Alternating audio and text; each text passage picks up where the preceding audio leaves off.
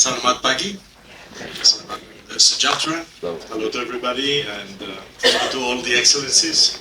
For the sake of time, I'm not going to acknowledge everybody, but I am really proud to have the opportunity in front of this audience to say a few words about the EU's role in this region and what we can do more. And I took a lot of inspiration, paid close attention to what you said, Dato Bin Zainal, because it is true that for a very long time, I mean, this region, it is entangled in a bipolarity, and it is absolutely true. And it is a bipolarity that the world has not seen before. So the US, China, antagonism, I would say. It concerns technologies, it concerns weapons, it concerns influence, it concerns even narratives. So, but the world also is becoming multipolar. And in the EU, we are the first to acknowledge that all countries, and I think ASEAN wants to play a role, and it's playing increasingly a role. So in this multipolar role, it is something that we welcome and we acknowledge. So there's a world which is, I would say, littered with challenges and security problems and issues that they need to be urgently addressed. So how do we position ourselves in that? I mean, the European Union, it didn't wait this brutal war of Russia against Ukraine in order to develop its security and defense policy. But of course, this war has made us accelerate the process and be able today to do things that they have been unthinkable for 2 or 3 years ago. Meaning, on the one hand, mobilize very important resources, 60 billion euros from EU's national EU budget goes now to Ukraine, also for security and military purposes.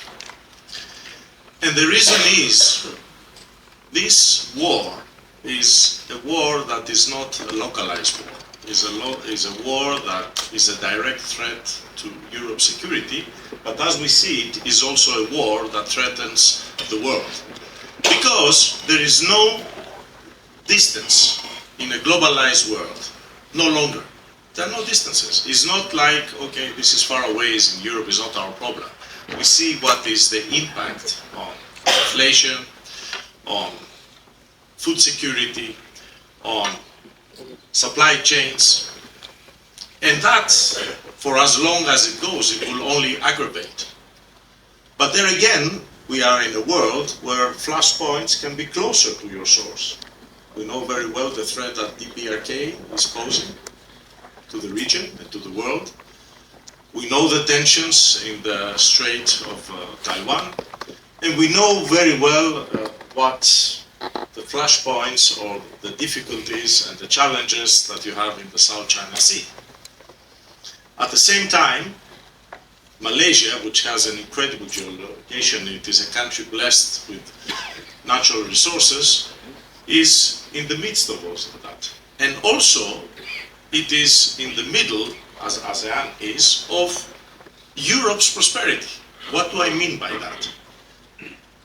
If you consider that 40% of our trade goes through Malaysia's shores, the South China Sea and the Malacca Strait. If you consider that this region generates 60% of the world growth, anything that may happen here will impact every life in Europe directly and immediately.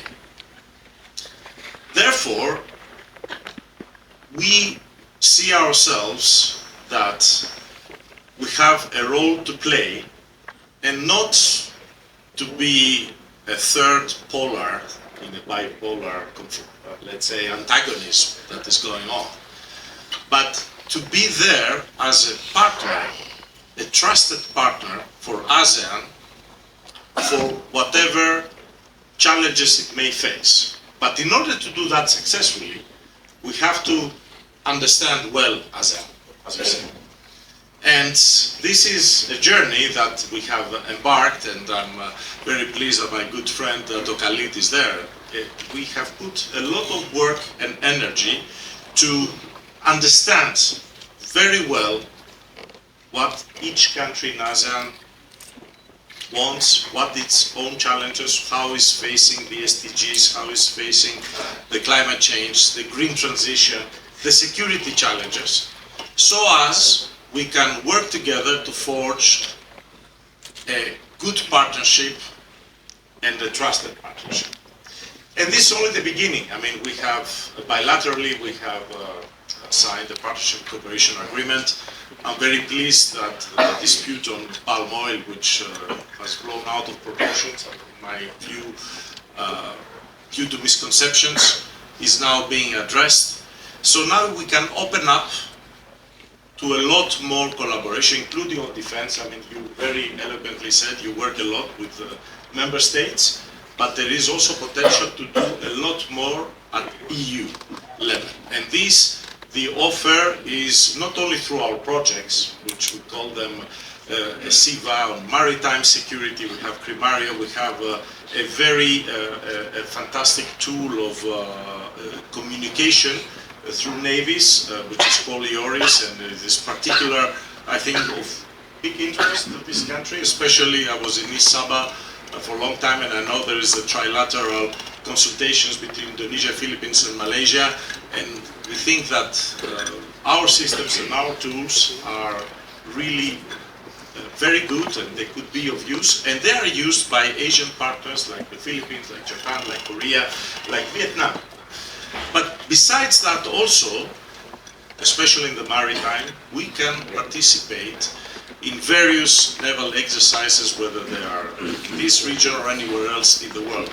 But the issue, and I think this is what it matters the most, is not about ad hoc possibilities. It is of how we can face to the challenges that the war in Ukraine is posing, but also to the threat that to append the rules-based international order. And that is something that ASEAN and the EU subscribes, because fully subscribe. And why is that? Because what is the line of defense of a nation like Malaysia, or a nation like Estonia, or Greece, the country I know best? It is this rules-based order. We are small and vulnerable, even at the EU scale.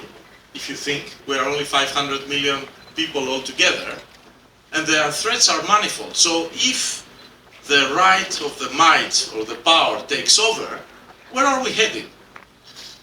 And especially because you mentioned China, we know very well that China is a member of the UN Security Council and is part of this architecture, including when it joined the WTO, which is a rules-based system in 2001. But we see now that China and Russia, they are talking as their best friends, or the closest partnership that they can ever be, and they seem to look in the world, or in this world-based order, in a different way. So all that, it has to make us think, reflect. We have also to see what is happening on a daily basis.